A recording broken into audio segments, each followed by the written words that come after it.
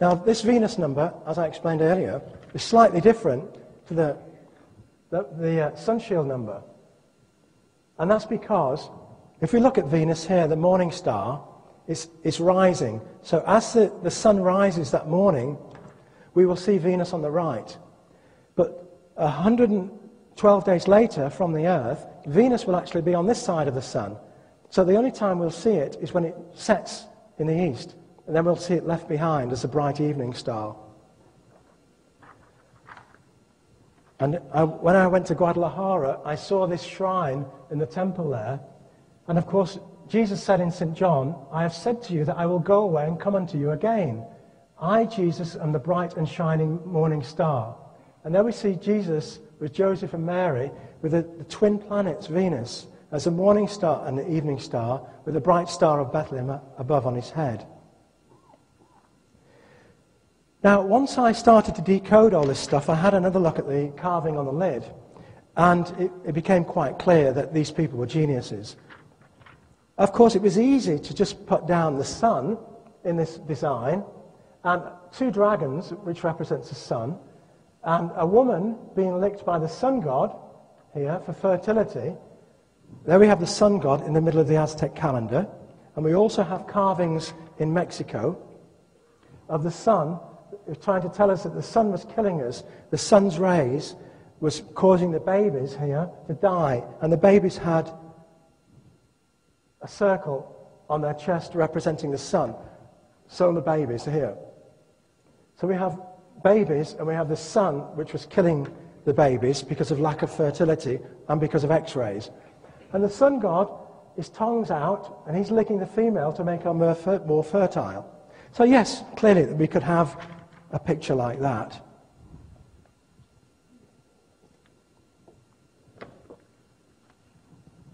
We'll be taking a break in just about 10 minutes. I just want to show you one of the miracles before you have your whatever.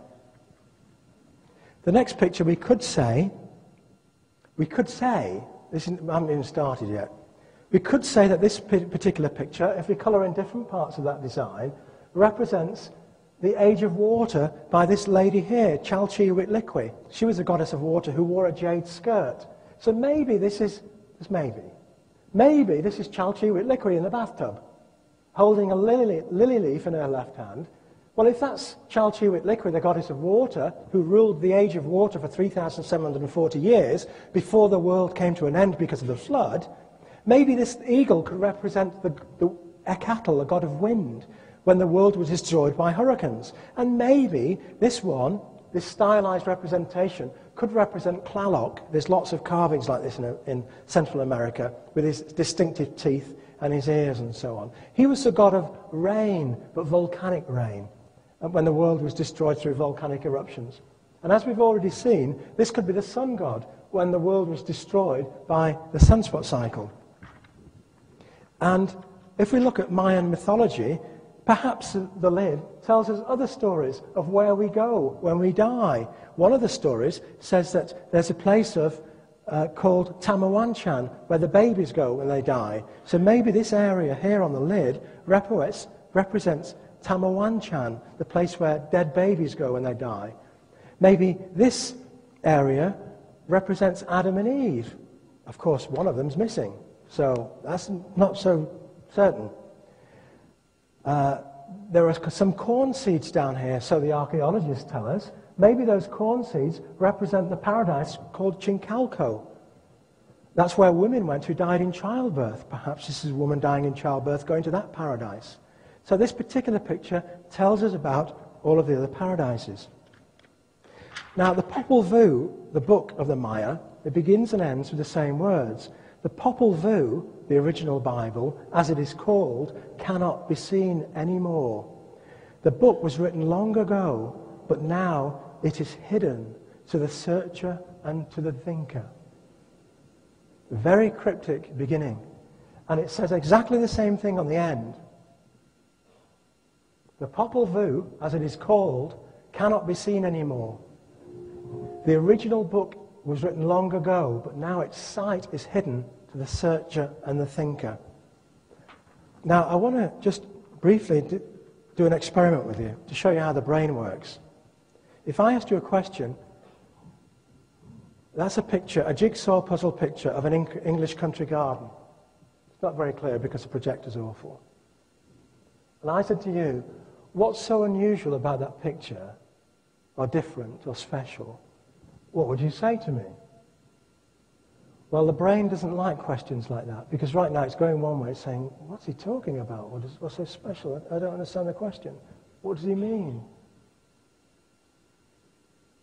Let me ask you another question. Here is a picture of an English country garden. What's so special about that picture? Pictures are missing. The pieces are missing. Aren't you clever? You don't know how clever you are. Because you didn't see what was there. You can only see what's not there.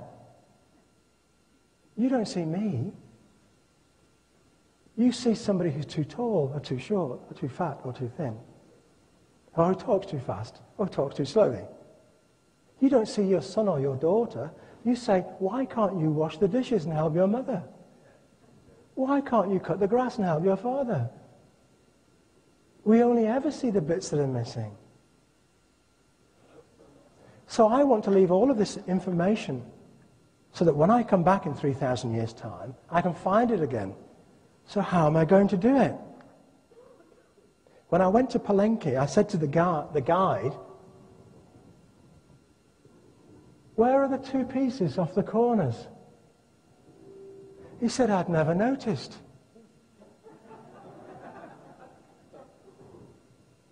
And I can understand why, because this is so big they can't get it out of the pyramid. But the archaeologists are really switched on. They've made a replica in a museum just around the corner. But they fixed the corners. Because they weren't there. So if you go to the museum in Palenque, you'll see a fiberglass model of this, just 100 yards from the pyramid, and the corners are perfect. But when you go into the pyramid, you'll see them missing. What's not there, and what is there is missing. Because I understand the Mayas. Now, this is why now you'll understand my frustration with this projector in a few minutes. If we look at the pattern on the corner there, this is the lid. I call it the lid of Palenque. It's grey now because if it's not grey, the black lines interfere with the picture, so I had to turn them grey on the computer. Without the computer in 1985 and the colour photocopier, none of this work would have been possible. And I said to myself, if they're not missing, I'll just put those on top of each other just to show you that I'm not cheating. There's nothing there. I just coloured in a few colours and laid them on top of each other for now. But what I want you to look at is the corners right now. This corner, we've got a sort of star shape made up out of dots. And this one, we've got like magnetic lines. So I thought, if they're not missing, they must still be there. So I've got to use a bit of lateral thinking and find them. So what I did was, I made a transparent photocopy, put one on the other, and overlaid them.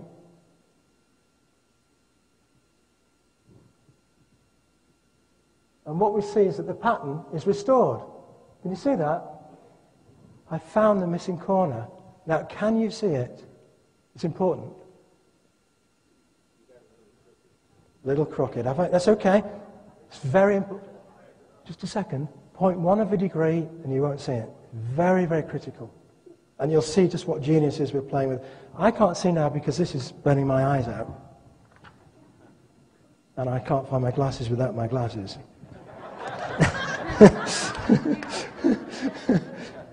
I'll try anyway. We're coming to a break in a second.